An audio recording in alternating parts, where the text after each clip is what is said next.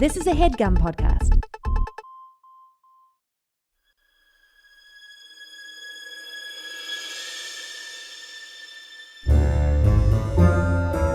Oh, yeah. Welcome to A Funny Feeling Podcast. I'm Betsy Sidaro. And I'm Marcy Jarrow. This is a podcast where comedians tell us their paranormal experiences, and we listen to yours as well. Oh, yeah. And if you have one of these paranormal experiences that you want to share with us, please email it to us at funnyfeelingpod@gmail.com. Now get cozy. And prepare yourself to be scared silly. This is a Funny Feeling podcast.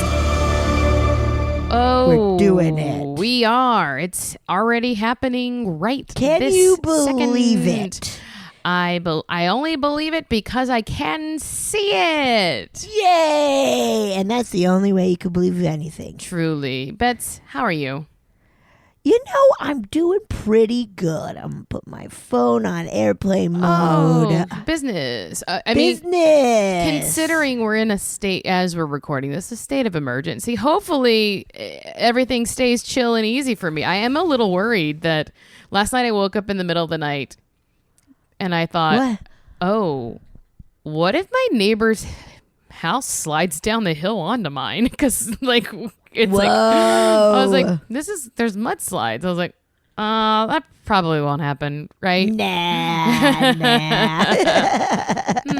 Gonna knock on some wood right here. Wow. Hopefully, yeah, that won't happen. So It's not going to happen. You'll be fine. You'll be fine. we'll be fine. We'll be fine. How are You'll you? be okay. I'm good. I'm trying to think. Any fun life updates? Well, I told you I went to go skiing today and the mountain was closed. And I drove all the way there and I was like, whoa, nobody's here. And then I was like, oh, because it's fucking closed. Oh, because it So- is a state of emergency. Oops. Yeah, I didn't realize that. You weren't getting warnings on your phone? No. I was getting like the warnings on my phone last night at like 11 No. p.m. Gilly didn't get any either. Like, we didn't get any Wow. of those. I guess they... I feel in Holly, like, below Franklin, they're like, y'all are fine. Oh, do you think that's what it is? Maybe. Yeah.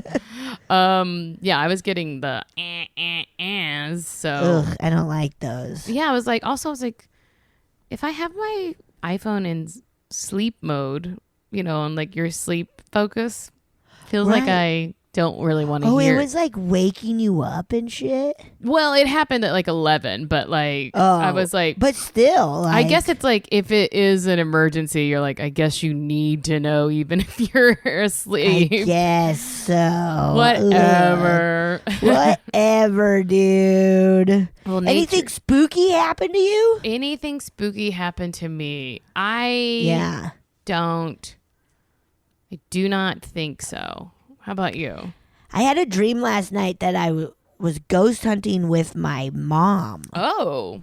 in one of a house that I lived in as a kid. Okay. That's all. Were there any And we were like, ghosts? I'm trying to remember. I just remember like getting prepped, like preparing and getting like a little scared. Oh. Of just like, here we go. And then I woke up and I don't remember if any ghosts came to me and my mom. Maybe you like woke up right before the ghosts got there. Yeah. Maybe. Maybe. That's kind of the only spooky thing. Yeah, I don't think I have any other spooky stuff. I mean, this house makes a lot of noise and I just have to get used to it. Right. It's just part of my life now. It's just it. Creaky house. Our house definitely like makes noises, where it's just like and you're like, I don't know what that is, but we're fine. We're gonna be fine. We're gonna be fine. It's been doing that this whole time. We're doing fine. Look, we can't deal with this right now, so it's just gotta be fine. I was listening to I listened to a couple of Datelines on my drive today. Ooh. And in one of the episodes, a toxologist quoted Bill and Ted's Excellent Adventure. She said, And that's when I knew something was afoot at the Circle K. And I was like, wait a second. And I like rewound it a couple of times. I was like, she straight up quoted Bill and Ted's Excellent Adventure. What a fucking cool toxologist. A toxologist is someone who like does toxicology reports and stuff. Yeah. That is fun. And she like started she was, because they were saying it was a suicide, but the victim's family was like, we think her husband killed her, like slowly like poisoned her and gave her drugs, to make it look like a suicide. And then the toxologist was like, I'm with the family. There's too much weird shit going on. I stand with the family. Now, have you been following this, speaking of toxicology, have you been following the 3 men in Kansas City who died, who were found, 3 bodies were found in a guy's backyard?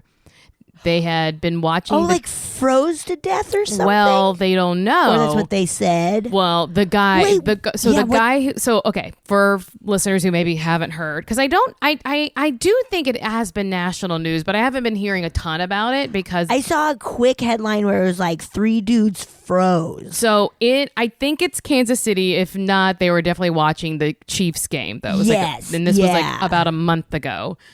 And it was this guy's house, and his 3 friends were over. I think like a day or 2 passed, and their family had been like, their families and loved ones had been like calling and trying to find them. They were missing. Finally, one of the guy's fiancés like went over there, broke into through the basement, and then went out to the back and found a dead body in the backyard. Oh my God. So she called police, and then there were 3 bodies total in the backyard. Police knock on his door. He like opens the door in a bath. The dude's still there. The dude's still there. The dude whose house it is. He rents the house. He opens the door. He's like in a bathrobe and boxer shorts, and has like a like half drunk glass of wine in his hand. And he's like, oh, I don't know what happened. They must have frozen to death out there. And but like the family's like, but we've been calling and like or texting, and no answer from him. And also the friends' cars were parked in front of his house. But so they were like, this is really strange. And I was like, I thought it was so strange because 3 guys dying and like freezing to death. That sounds weird. It's especially right outside of a house. Yeah, they're not like in the wilderness. They could just hop the fence and get in their cars. Or people are like, well, what if it was a drug overdose? And I was like, all 3 of them had a drug overdose? That seems strange too for all of them to do it. But then toxicology reports came back, and it did seem it was I forget what drug it was, but also fentanyl. Good God, dude. And the guy whose house it was, I think he had moved out immediately upon finding the bodies, and then since the toxicology reports come back, checked himself into rehab. Wow. But still, even I guess I you hear these like horror stories about fentanyl and stuff. Yeah, dude. I think maybe it was like mixed with cocaine. I'm not, don't quote me, but right. But you would still think like, wait, everyone ODs on it? Everyone dies from touching it? I don't understand what it is then. Sometimes that happens. Yeah. Or I've heard of that when it's with cocaine or in cocaine, like where it is like, oh, this chunk of people did it and they're all dead now, or like had to go to the hospital. Yeah. Oh, man, that is. But then it still begs wild. the question of like, why were they in his backyard? Who provided it? Right. But it's still like very suspicious, but very, very sad, and also just a weird thing. And these are these are not like young kids. These are men in their 30s. They all have jobs and stuff. And I guess you just like never know. That's so scary. It's so scary. So scary. Ooh, that's spooky. That's spooky in a different way, I guess. That's spooky in a different way. Let's get spooky in the fun way. Okay. All right, Betsy. Okay. Do you want to listen to a listener story? I am so excited to listen to a listener story. Here we go. Hi, Marcy and Betsy. This is Michael. It's a nice, stormy monsoon night here in Phoenix in the middle of August, which reminded me of another stormy monsoon night many summers ago when I was a kid. I was 12 at the time, and we were having a big monsoon storm down here. It was a huge thunderstorm, and lightning had struck a few blocks away, and it knocked out power in the neighborhood.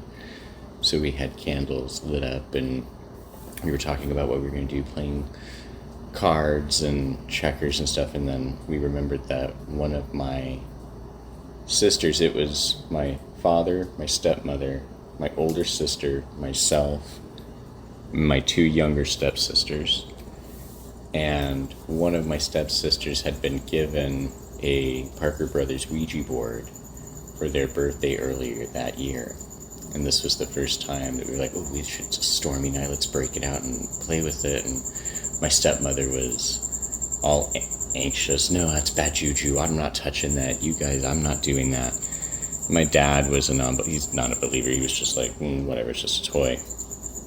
So we're playing with it on the coffee table in the living room. And this was in the 90s, so this was before cell phones and, cable. This is like the advent of computers coming, personal PCs. So there was really nothing to do but play with stuff around the house. And so we decided to play with this Ouija board. And they lived in a ranch-style house that had that big open concept with like the living room and dining room, or just one big, huge room.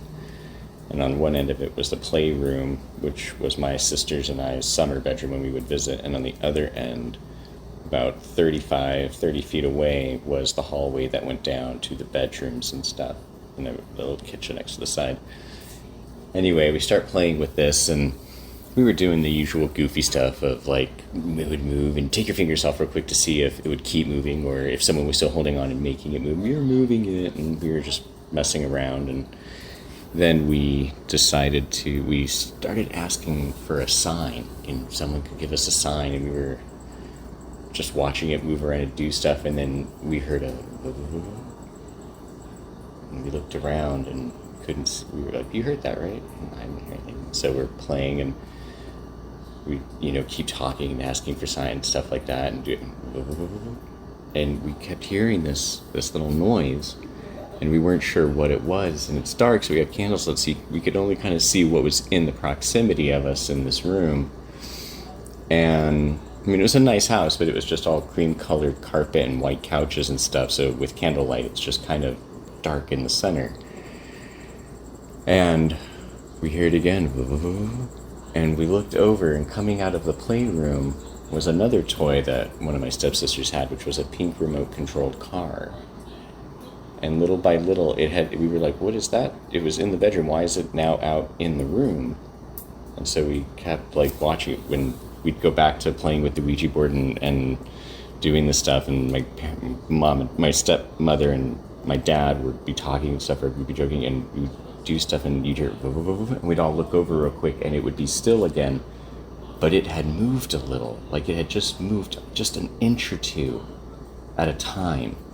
And every time you'd hear we'd look over, and it would be still again, but over the course of about 45 minutes of playing with this Ouija board, and during this happening, like seeing it moving across, my stepmother was freaking out, saying, my dad's name, you've got the remote or something, you're moving, who's doing that? And we're like, nothing's here.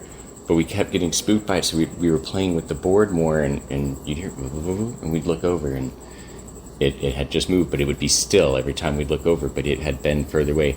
This remote control car moved across this open space like 25 feet, 30 feet, like across from the playroom to the hallway.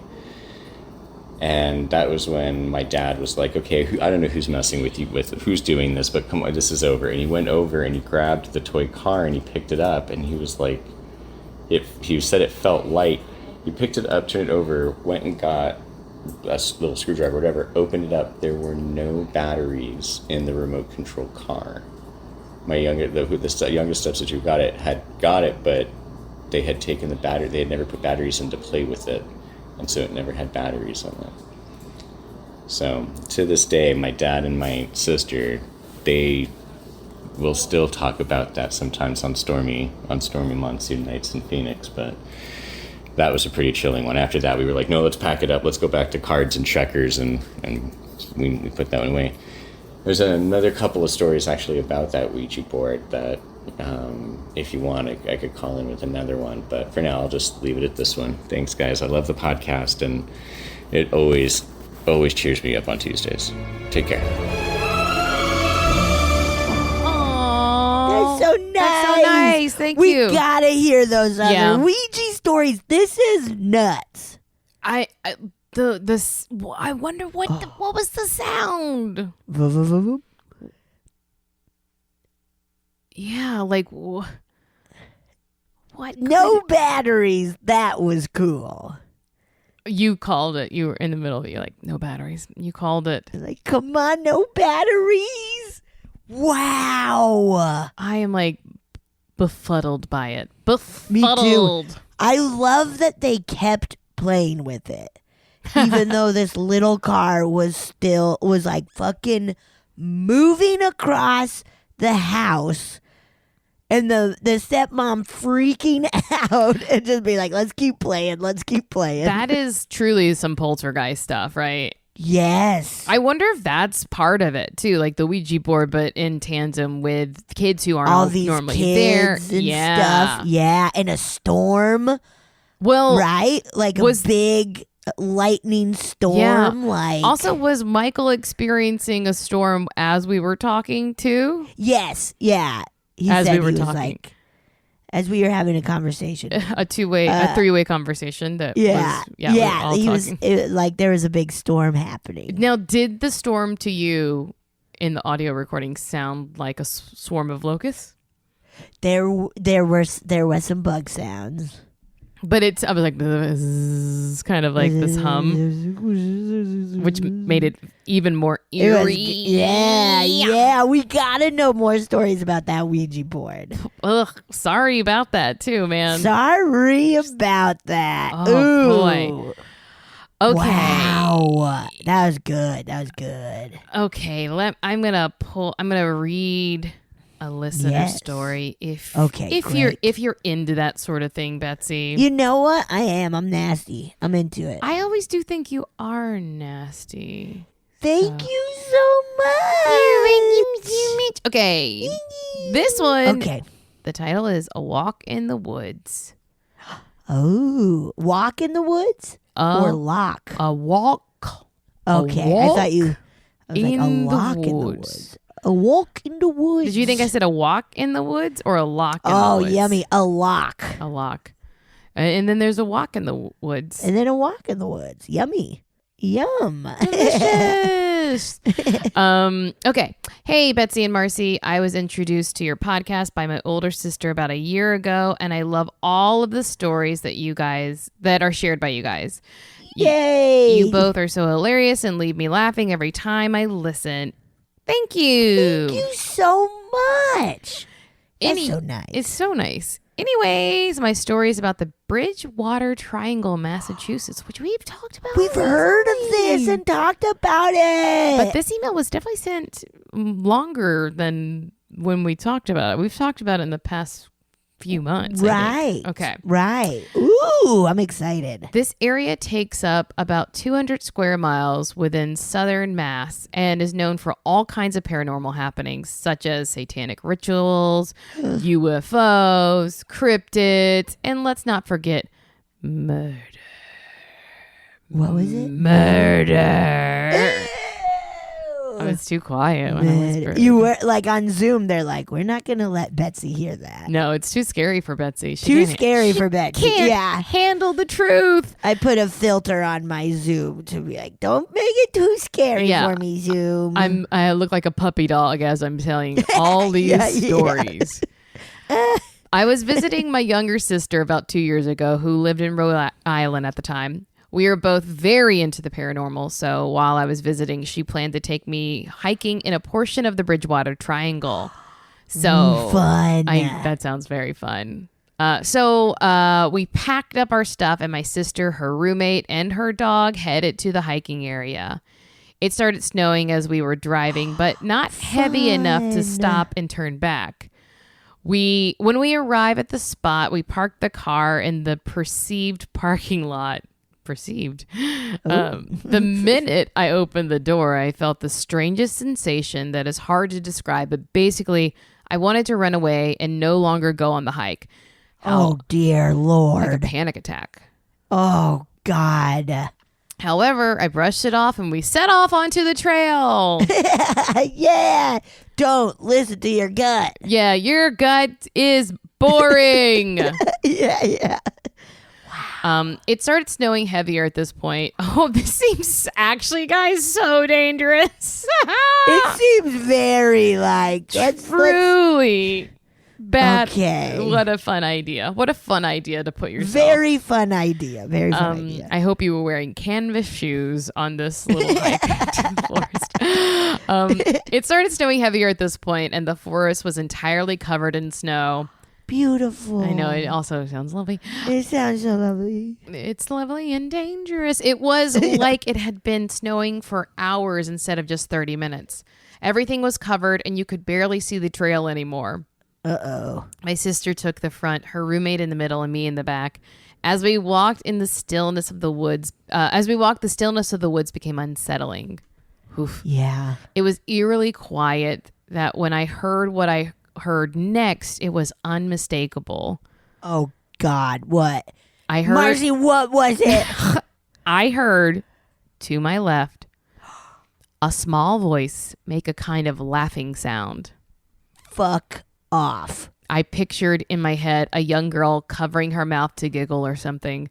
Ew. I immediately stilled and stopped walking. My sister and her roommate kept walking. They had not noticed that I had stopped. I was listening intently when I heard someone whisper right in my ear and say, "You shouldn't be here." No, I got so many chills. Oh my God. I felt all of the hair on my body stand on end, and instant fear came over me. It was then my sister turned around and saw me not moving. I told her what I had heard and told her that we should leave. She began trying to convince me that everything was fine and just to keep going. So of course I did. Oh, dang. The scary feeling would not leave me, and I kept thinking I could hear the young girl following behind me. Oh. Gross. Ew. I stopped again and told them what I was experiencing, so we all stopped to listen. It was then that we all heard the sound of footprints in the snow. We all looked at each other, and all of a sudden, we all heard what sounded like a distant scream. Needless to say, we all got very scared and ran out of there. When we got back to the car, we went to open the car doors when we heard a scream again. This time, it sounded much closer. No, this is like making me have to poop. We decided not to stick around and left without looking back. The eerie feeling stayed with me for the rest of the night. Thank you so much for reading my story. I love the pod. You guys are awesome, Caity. Caity! What the hell, dude? Oh. That like made my tummy grumble. Grumble and tumble. I swear it was that story and not not just Bull your I just drank. Yeah, not just what's going on with your body all the time. yeah, not just what's happening. Wow, that is so gross and incredible. Yeah. Wow. I'm so glad that at some point sister and roommate heard stuff also. Yeah. You know? Let's see. God. are there mountain lions in Massachusetts? Because she was in Rhode Island, but in Bridgewater Triangle, right? Yeah. Because mountain lions sound like a woman screaming. Yeah. I don't think there's, as far as people know, there's no. I wonder if there's maybe big cats. I'm like looking this up. Big cats, experts say jungle cats on the loose in Eastern Mass. Whoa, it's a hybrid jungle cat. That was in Jungle That was in cats. 1993. Nice. Some weird dudes fucking cats got out. Yeah, like I wonder if there's like bobcats or something. I'm like, I keep looking it up. What critters are in Bridgewater State Woods? That is so We got spooky. a little fox. Wait, I gotta look at a map. We got a I'm little. looking at a map. This looks like some kind of badger or wolverine. Wow. There's squirrels. Okay, there doesn't really seem to be like. A coyote. What? I don't think it was. I think it was a something paranormal. Well, horrifying. That's why I was looking it up to see if there was another explanation. But that little voice giggling and saying you shouldn't be here. Gross, dude. No. Gross.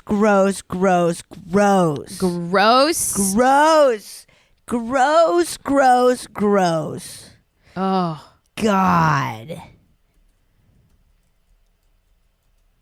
Maybe what if there was like our consciousness or whatever turned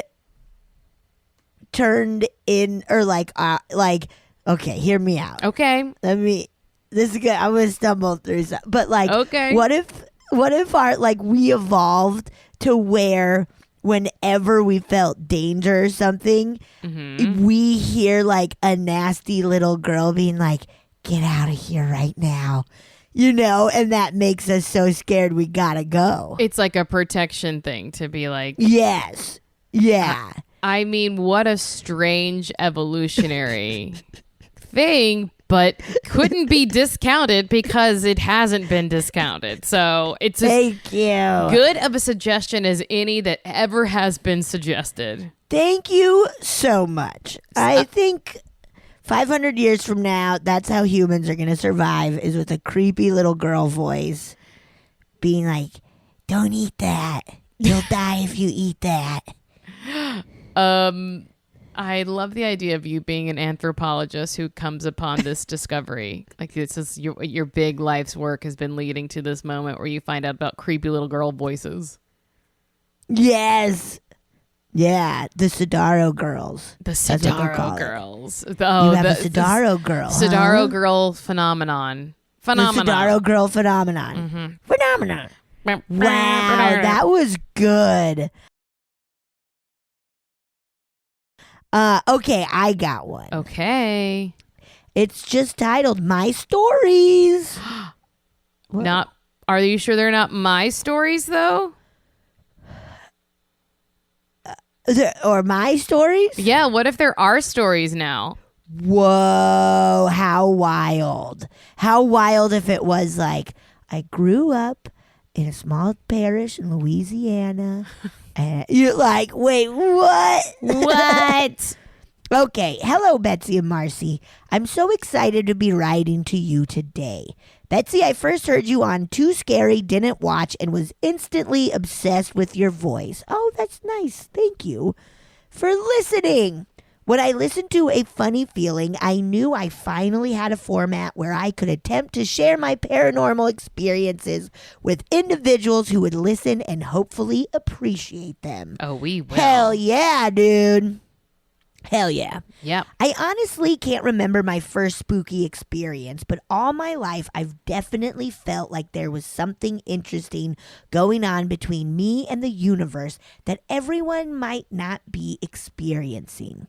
There have always been strange coincidences. For instance, I will sometimes randomly think of the most obscure song that hasn't crossed my mind in a decade. Then I'll walk into a grocery store and it'll be playing. Or I'll be writing and then the words of people around me or characters on the TV will suddenly line up perfectly with what I'm writing. Weird. Whoa, that's so weird. Yeah. Most recently, I was reading a book that included a white tiger in the plot.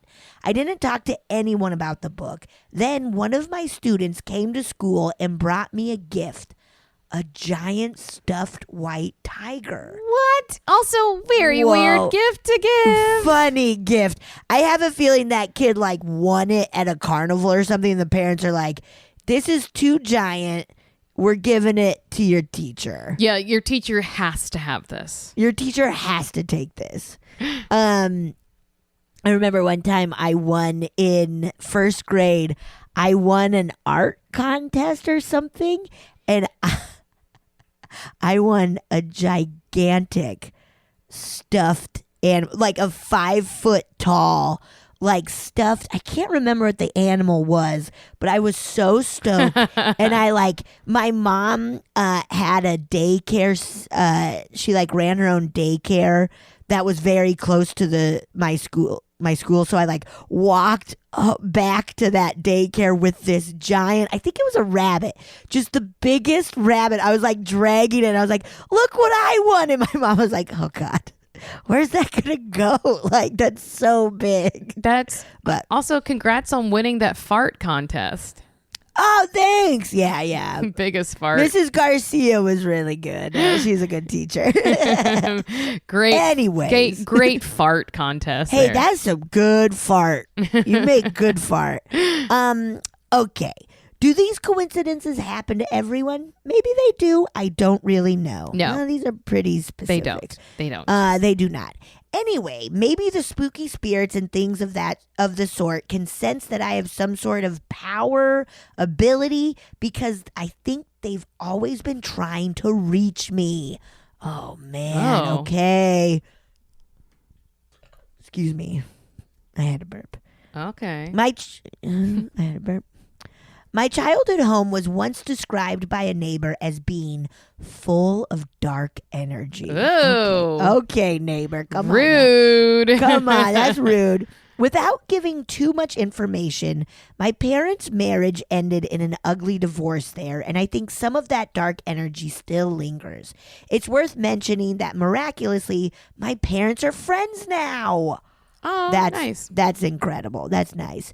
Another thing you must know to help set the scene is that my dad is into family genealogy and spends his free time researching our family history. Cool. That means there are large black and white portraits all over the house of family members from long ago, as well as binders of old letters, photos, documents, and I don't even know what else. Wow. That's cool. That's a cool hobby. Like, is there a part of you that's kind of like, wouldn't it be kind of fun to get obsessed with like a crime and then be like, I'm going to try to solve it online? You know, like be a web sleuth. Oh, absolutely. I just know that with my attention span, I would give up and then be like, Oh. I shouldn't have made such a big deal about this. Absolutely. I feel I would Google one thing about it and be like, nah, this is too hard. Yeah, I'd be like, why I'm did just I... going to go with my gut and say it was so-and-so and Yeah. see what happens. For me, I'd be like, why did I call the family and swear to them I was going to solve this? Why did I promise them? I've definitely lost interest now. That is so funny, calling the family. You don't know me, but I am going to solve this. That is so funny. Okay, anyways. I will always and still am. I was always and still am particularly scared of the hallway there. Oh, God. It's long and there are 5 doors total in it, so it always feels like something is going to jump out of one of them. I slept in the room at the end of the hall as a teen, so the trip down the hall was always one I dreaded. Oh. Ooh. And with all the portraits, it always felt like I was being watched. Yeah, that's I that's don't creepy. like it. That's creepy. Ugh. At the end of the long hall, there was a picture of Jesus, so I would always try to maintain eye contact with him when I took the journey to my room. That's funny. That's funny. I was always scared of pictures of Jesus. Like, I was always like, they're going to, like, bleed or something. Oh, you thought some stigmata was going to happen. Yeah, I was always waiting for, like, Jesus to move or, like, yeah, bleed or something. Oh, so scary. I'm scared of Jesus. My first seriously spooky experience took place in that room. One night, I felt the bed shaking while I was trying to sleep. It was not a violent shake, but it was enough to notice that there was certainly movement. I was terrified, so I just kept my eyes closed and stayed completely still. This happened a few times in that room. I didn't tell anyone. When I started college, I went back to my childhood home to stay with my dad because he lived close to my school. However, I did not stay in that room. Instead, I chose to stay in the room that had been my room as a child before I moved into my teenage room after my parents' divorce. This room was at the very beginning of the hall, thankfully, but I had another strange experience while in this room. One night, while lying in bed, I realized my dad had left the TV in the living room on. It sounded like a late night show because I could so clearly hear two male voices having a conversation back and forth in the living room. I got up to turn off the TV, but when I walked into the living room, the TV was off. There was no one there, and my dad was in his room fast asleep. Oh, No, no, no, no, no, no, no, no, no, no, no, no. Gross. My dad still lives in this house and says he hears voices like this all the time. He says he can hear them stop their conversation when he walks in the door. And he tells them, you don't have to stop talking just because I'm here. Oh, that's so nice. That's so nice. I would be like, you gotta shut the fuck up. You're gonna scare me. You're going to scare me. Yeah. My dad and I have also since discussed the bed situation because his room is now the room that I slept in when I felt the shaking. I had never brought it up to him or anyone when one day he told me that he sometimes felt the bed shaking at night. That's when I confessed that I had experienced the same thing in that room. We are now well aware and open about the fact that the house is completely haunted. No. Wow. No. That's nice. That's nice to Yeah. get on the same page. One detail I should probably mention is that while I was staying there in college, I found some strange items wrapped in towels in the laundry room one day. Dildos. Like really strange, long, cylindrical. Yeah, I thought they were a weapon, but they were kind of wiggly. Marcy, you're kind of close. Oh, okay. When I unwrapped them, I discovered some extremely old headstones. Headstones? And dildos. Very, very close. Very close. Very close, very close. It was shocking to say the least. When I asked my dad what the heck that was all about, he said he'd been cleaning an old family cemetery and had brought some headstones home to clean them up. So, Betsy and Marcy, I'll let you tell me if you think that could be related to any of the hauntings. Okay. One, I think Dad is so nice, Yeah. but also cruising for a bruising when it comes to haunts. Asking for it. Oh. You bringing in headstones? Come on. Please. Come on. That is wild. That's wild. So anyway, I ended up getting my own apartment. I'm not sure if it was haunted already or if I brought something with me, but the presence made itself known on the very first night. Oh, man. I got all my furniture and decorations set up, was feeling so content, and I sat down on my own little couch in my own first little home. Oh.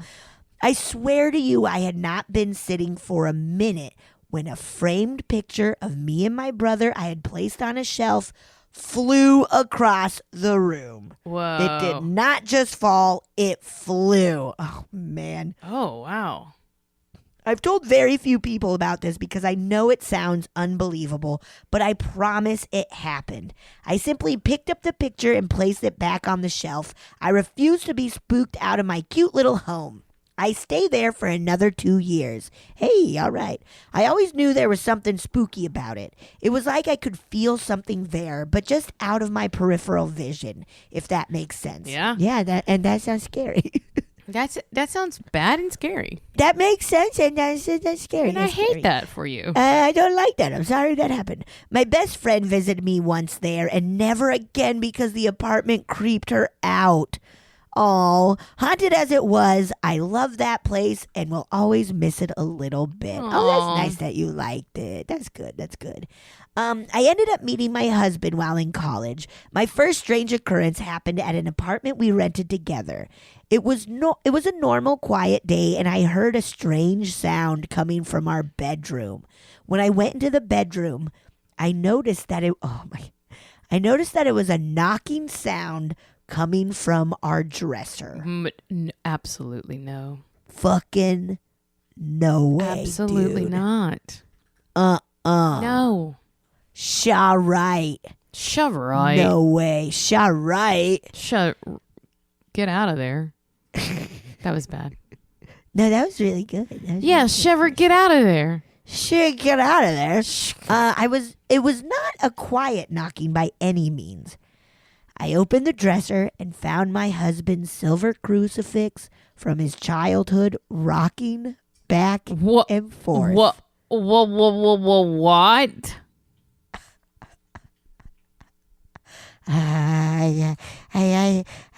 Marcy, I gotta go to bed. I gotta go to bed. What? I gotta go to bed. I gotta go to sleep now for a while. No. That is horrific. It only stopped when I grabbed it. You touched it. You're nasty. You touched it. It was years later when I told my husband about this. Oh my God. Oh, that brought tears to my eyes. Yeah. That was nasty. Okay. We now own a house, which is where my final story takes place. In our home, we each have our own hobby rooms. That Cute. rules. That's really cool. Yeah. My husband's is for comics and art. Mine is for reading and writing. One day I was sitting in the living room and heard music coming from my hobby room.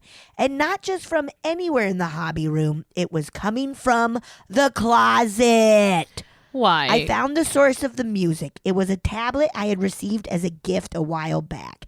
I had received it brand new and had only ever used it for watching Netflix. But on this night, it had decided to play a Christian hymn. Spooky! Oh, spooky, man. This is a super religious ghost. This is a very religious ghost. Yeah. Whoa.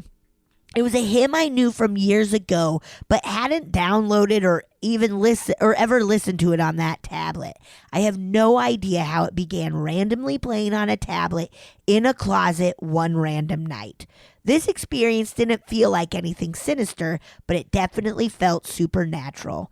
I'm only realizing while writing this that both of the supernatural occurrences that have happened since marriage have had religious undertones. Yeah. Very, yeah. Anyway, those are the stories from my life that come to mind. Thank you for taking the time to read and or listen to them. I feel like something or several things have tried to interact with me, or at least have made themselves known to me, but I've always just brushed them off and said, no thanks.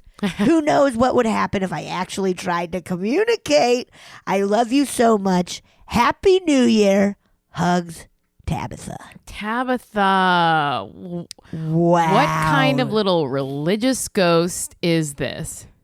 Dude, seriously. I think, Tabitha, you're tapped in. You're Tabitha You're Din. tapped in, dude. Tabitha Din. You're Tabitha in. Wow. And it sounds like, people were, or the entities were definitely like, Yeah. we're gonna keep coming for you and your dad. Guess what? We love praying. We love praying. I just looked at this email because they said Happy New Year. They meant a year ago. Yeah, they meant from 2022 to 2023. Honestly, is our gimmick to get people to keep listening to us is to make it take so long to get to their emails. Sorry, guys, you got to listen to another 52 episodes before yours. Sometimes more. Sometimes more. But thank you. That was a nasty spookity spook nasty. That rosary. Was it? It was a rosary, the crucifix. Right? Or like the yeah, crucifix. It was a crucifix, even scarier than a rosary, knocking around. No, I can't. I can't possibly. What if it was just like a really like pious little mouse? Oh, little pious little mouse. Just a pious little mouse. Mm-hmm. Wow, that was wild. That was a nasty good time. All right. I'm going to play a listener story. Yes, let's do it. Hey, Betsy and Marcy, this is Chelsea. I am a longtime fan of your show. I cannot tell you how many times you've made me laugh out loud, which really doesn't happen a lot, as well as get super spooked, which I appreciate. So please keep doing what you're doing. You're amazing. Thank you so much. I have a couple stories to share that are kind of a wide variety of stories. The first one is something that happened more recently with my mom. People say like sometimes family members can sense each other and sense things. Well, apparently I can sense when my mom is wanting to eat bacon. I know that sounds so weird. So one day my husband and I were discussing what to eat for dinner, and we were kind of lamenting on the fact that food is boring and we don't want anything because we've had everything 1,000 times. And, I was starting to edit like our grocery shopping list. I thought, BLTs sound good. Those are easy. Let's do BLTs. So I texted him. I said, hey, what about BLTs tonight? Not 1 minute later, my mom randomly texts my sister and I, which she'll do occasionally, what she's eating for dinner. And she sent a picture of BLTs that she was having for dinner in that moment at that time. So I thought that was really weird. It can't be a coincidence, right? That all of a sudden I started craving BLTs, and my mom, who lives, 45 miles away from me, was having them and decided to share that. I thought that was super weird. Another story, I think one episode you guys were talking about Domino's and the Noid. Is that what it's called? That weird little character that they had as their mascot. So I grew up in a home that was built in the late 1800s. It was really rad. I loved it so much, but it was a little spooky. I definitely got some funny feelings in this house. And so my sister and I had a bedroom upstairs, and I'll talk about the stairs later if my story doesn't go too long. But my sister and I had a bedroom upstairs. We had 2 twin beds in the same room that we shared. And at some point, I would guess that I would have been like 7, 8, or 9 or so. Apparently I had like a stuffed animal of the Noid, which if you think about it is incredibly creepy. But for some reason I had it. I don't know. It was sitting on my bed. I very distinctly remember, this cannot be made up. I very distinctly remember to this day, and I am 36 years old now, walking up the stairs kind of into my room. It was dark in my room, but not pitch black. And I think right before I was going to flip on the light, that Noid that was laying on my bed facing away from the door turned its head and looked at me. I swear to God, the Noid was looking at me, and I ran away. And I don't know what happened after that. If I told anyone, if I freaked out, I don't remember like crying or anything, but I was just like, I'm out. Peace. So do what you will with that story. And then also with this house, I didn't see anything, but it just was that feeling. And the stairs were really interesting. They went up about, I forget, I used to count the steps. OCD much? I don't know. But it was like 18 steps up, and then they would kind of fan out to go to the left. So you go like 18 steps up, and then you like fan out to the left a couple steps, and then you had just maybe 3 more to reach the landing. And I never really had any issues going up those steps. They weren't super steep or anything, But going down them was fine too. But man, I tell you, if I stood at the landing, basically right before I was to go down the steps, I always felt like someone was going to push me. And that could be like a residual human instinct of like, you know, when you are kind of looking down from a height. There was also a door to the laundry room right, you know, just feet away from that landing. So it could have just been a human instinct. But I always felt like someone was going to push me down the stairs when I was up there. And turns out my mom had the same funny feeling that she told me later on, like, oh, I always was creeped out with those stairs. I always felt like someone was going to push me. So I just thought that was strange. And she is a realtor now, and there are certain homes that she'll go into and get very distinct icky feelings of. I don't think she tells her people though. So discuss any of that like you would wish. And I just appreciate you guys so much. I hope you enjoy my stories. If I think of any more, I'll be sure to send them. Thank you. Wow. It is an old ass house, 1800s. Yeah. I bet somebody pushed someone down the stairs. Oh, yeah. Or maybe just like a ghost was like, I want to push you down the stairs, Oh, but I I wanna don't push know you, how. Yeah, I can't. I I can't yet. I'm working on that power. I'm working on it when I get to it. When though. I get that shoving power, I'm gonna I'm gonna shove you down hell those out of me. stairs. Also, interesting that the Yes. the mom and the cravings and just like very funny. Right? Like mom feeling like she was also gonna get pushed. Both bacon cravings. Yeah. Yeah, very interesting. That's so fun. And then the Noid. I wonder if did you get rid of the Noid? Did you throw the Noid into a void? Did you throw the Noid into a void? Did you? Wow. Wow, that's such a funny stuffed creature to have. I know. Product and of course placement. it's gonna turn and be creepy, man. Yeah, because that's not what is the Noid was always stealing pizzas, right? Yeah. Noid- yeah. The Noid is probably like, you making a bacon pizza? I'm looking at pictures of the Noid right now. The Noid. Honestly, I love the Noid.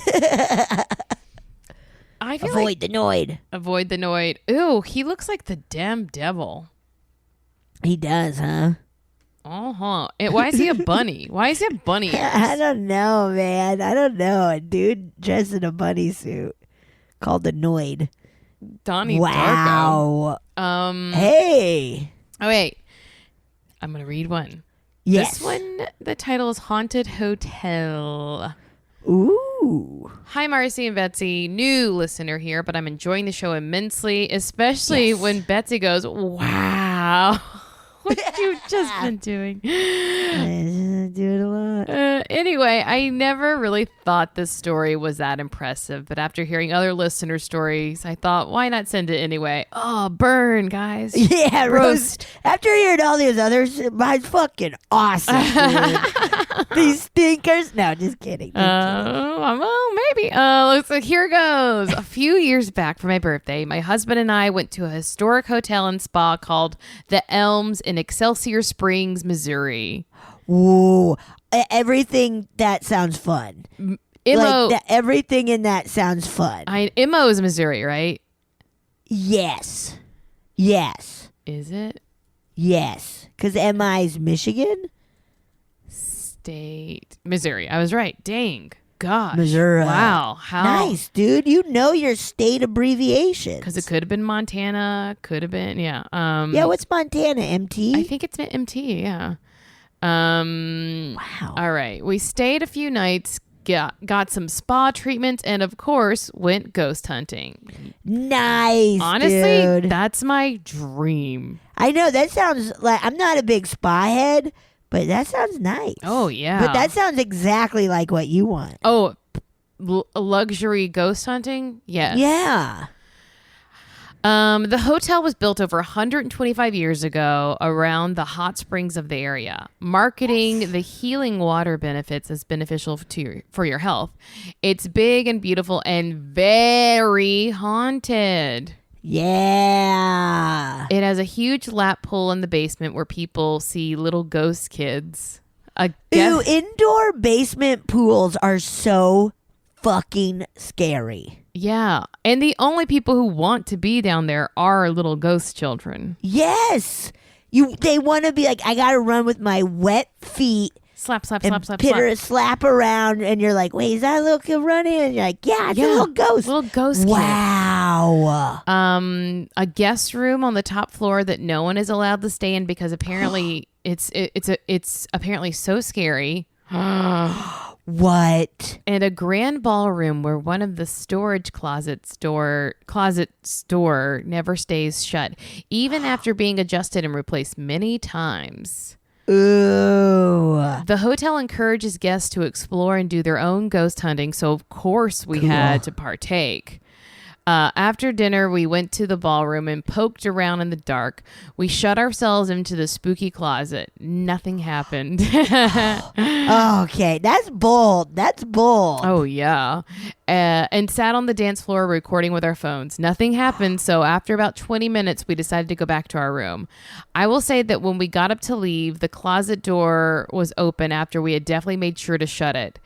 Back in our room, we tried to review our recorded footage and found that both our cameras shut off after less than a minute of recording, which was weird because we had them going the entire time. Too weird. That is so weird. That's so weird. That doesn't happen. Not happening. All of this is a little weird, but could easily be explained. How? Yeah, how is it? Explain it then. Yeah, prove it. The one weird thing that I can't explain was my sweater. Oh. It was October and the weather wasn't too cold yet, but I had specifically made sure to bring a big cardigan to wear in the evening. I remember thinking as I packed it that probably just one sweater would be enough for 2 nights. When we got there, I went to get the sweater, and as we were going to wander around outside and check out the grounds, it wasn't in my bag. I completely unpacked everything, annoyed because I know I put it in there, and it was just gone. Oh. This was pretty inconvenient because I didn't have any other long sleeves, and I did end up being a bit chilly. Dang it. I'm bit so chilly. mad at this ghost. Anyway, when it was time to leave, I repacked my suitcase, turned the room upside down to make sure I hadn't lost it somewhere. Still no sweater. I figured when I got home, it would just be on my bed and I would have forgotten to put it in or something dumb. Imagine my surprise when I got home and opened my suitcase. The damn sweater was completely spread across the entire contents of the suitcase, like wrapping paper on a present. Super weird, and I'm pretty sure that the ghost was taunting me. So if you're ever... that's like David Copperfield shit. Go on. You know, like a magic trick of like... I was like, I feel like, am I thinking of David Blaine? I'm thinking of David Blaine. I mean, or David Blaine. I was like, what? Magic. Like you get into a bubble full of water and stay there for 2 weeks? I mean, yeah, and then your sweater's in your suitcase. That's wild. This is nuts. Okay. So if you're ever in the Kansas City area, check out the Elms. It was totally worth it. Love you both, Cathy. Wow. Oh, wow. What the fuck? The Elms. The Elms. That's fun. Yeah, that kind of stuff is so weird when like it's just an item.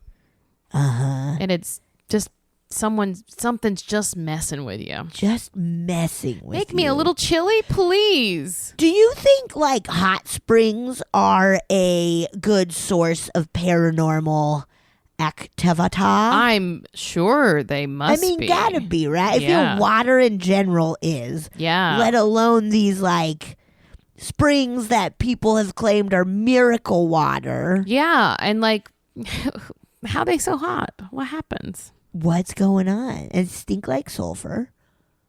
And are those actually really unhygienic because people put their... Are they really? I mean, imagine. I mean, I guess, yeah, of course. Yeah, of course. Imagine. Disgust. Would I get in one? Probably, though. Yeah, okay. I mean, maybe like... would in Iceland for sure. Do they have hot Yeah, springs that like there? Blue Lagoon or Which, whatever. That's man-made, right? Oh, I don't know. I think, let's see. I could see it not being. They got volcanoes all over the place.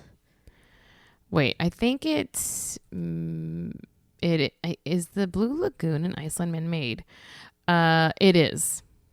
Oh, come on, Iceland. Mm-hmm. Come on. I bet there are not. They're natural ones. I though, think too. there's like, it's runoff water from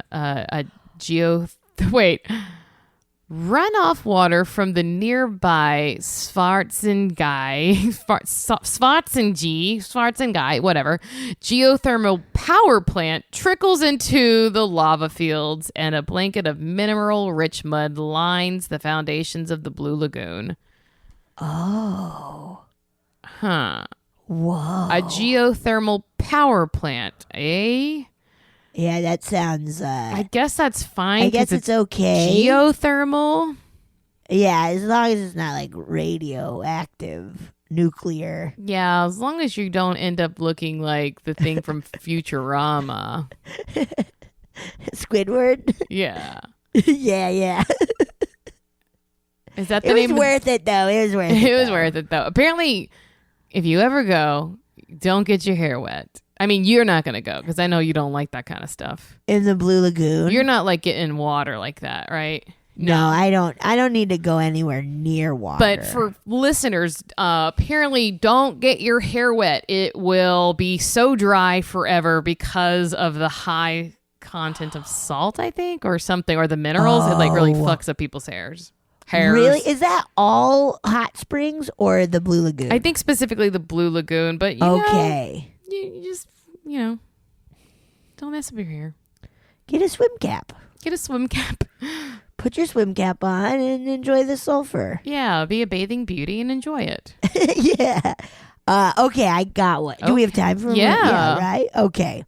Okay, this is titled Ghost Fucking with Me and My Dog While I Lived in Military Housing. Oh boy. Hi, spoopy bitches. Hey. Fun. My name is Brooke, so I guess call me that. Okay. Okay, good thing. Okay.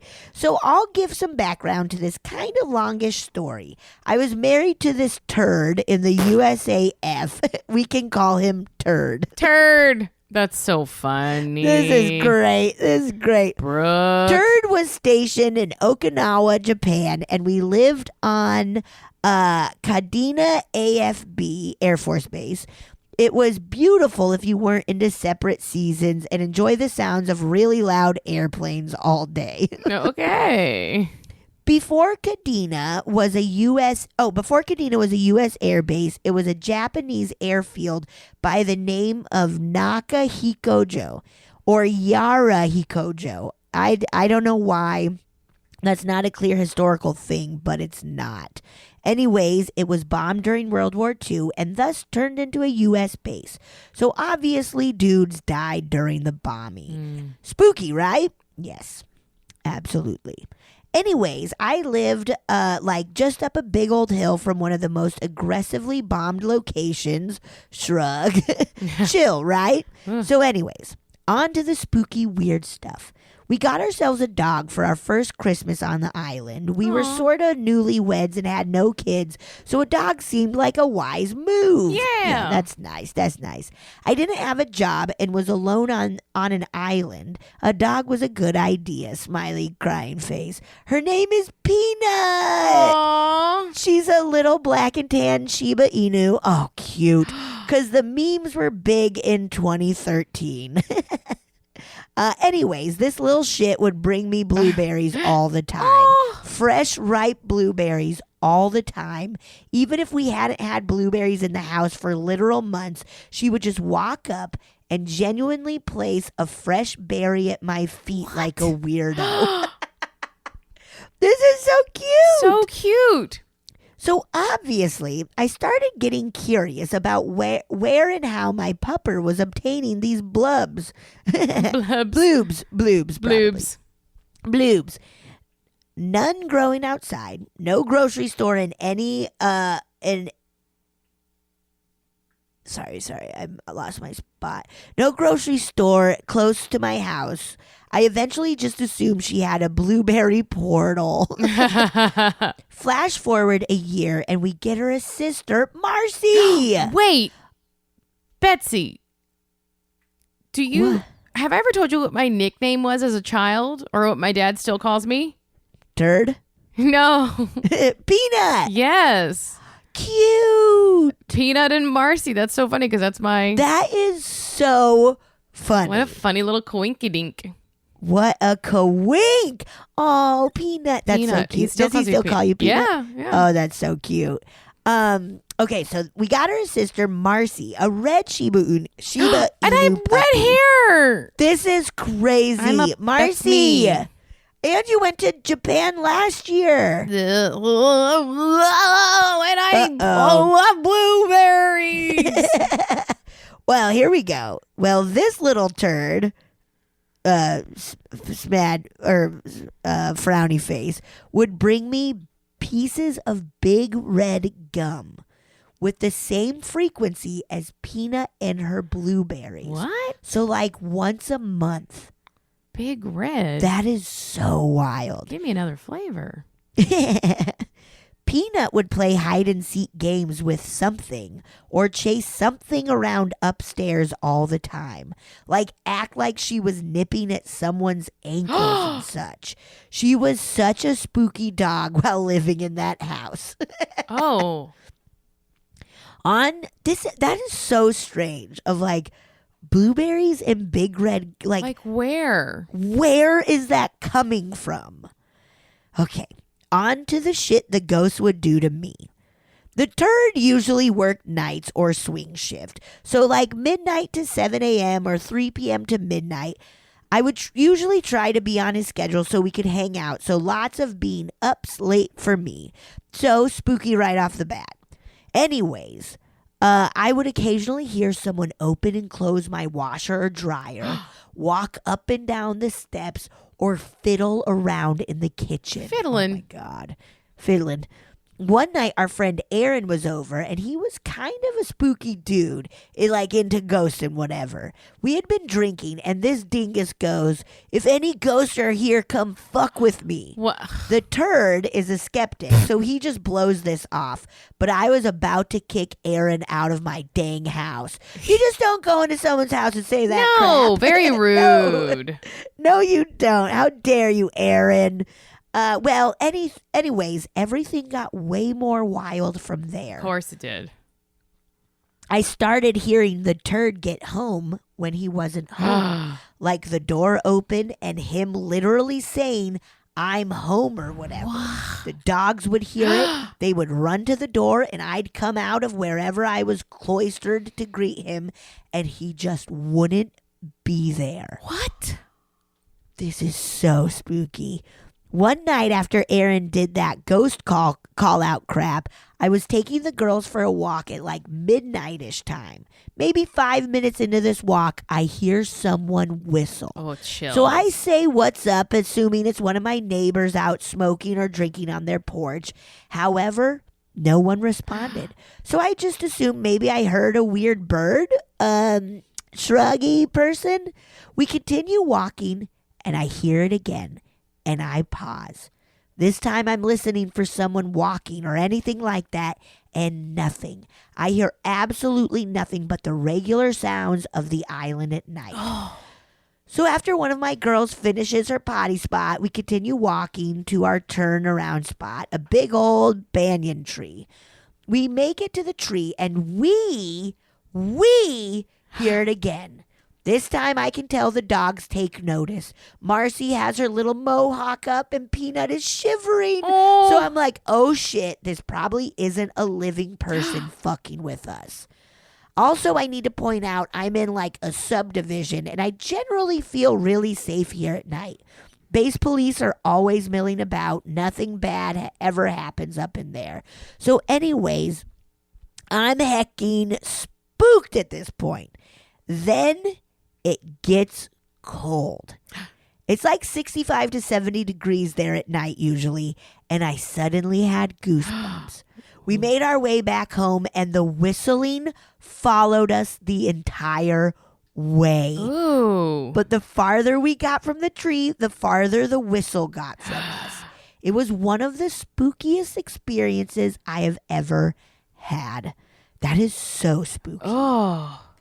There those are most of my experiences from the island. I was there for 3 years, and some change. I attached a picture to, I attached a picture of my girls in the kitchen of my base housing home. They were the only thing I wanted in the divorce, so I still have them. Aw. 3 cry smiley faces. We live in Virginia now, and we like to keep it spooky, but try to leave the shitting of pants to the toddlers we live with now. 3 more smiley cry faces. I love you, ladies. Stay weird.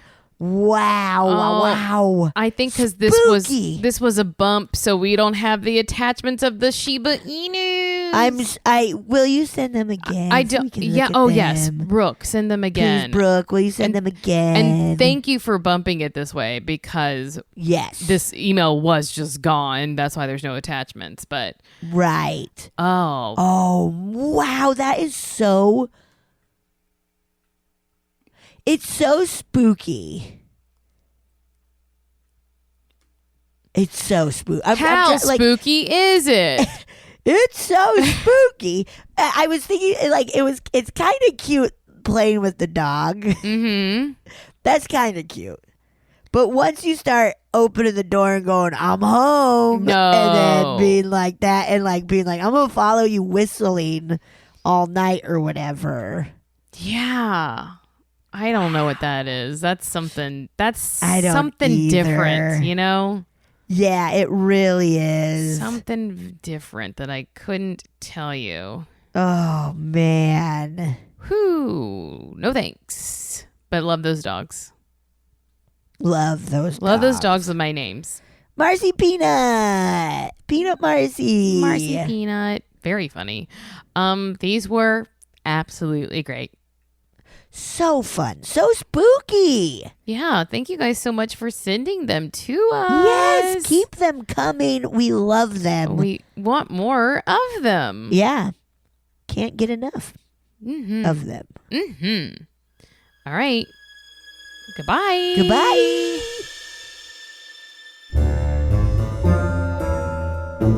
Oh, yeah. Thank you so much for listening to A Funny Feeling. If you have a paranormal experience that you would like to share, please send us a voice memo, or you can email us just a letter at funnyfeelingpod@gmail.com. I'm Marcy. I'm Betsy, and don't shit your pants.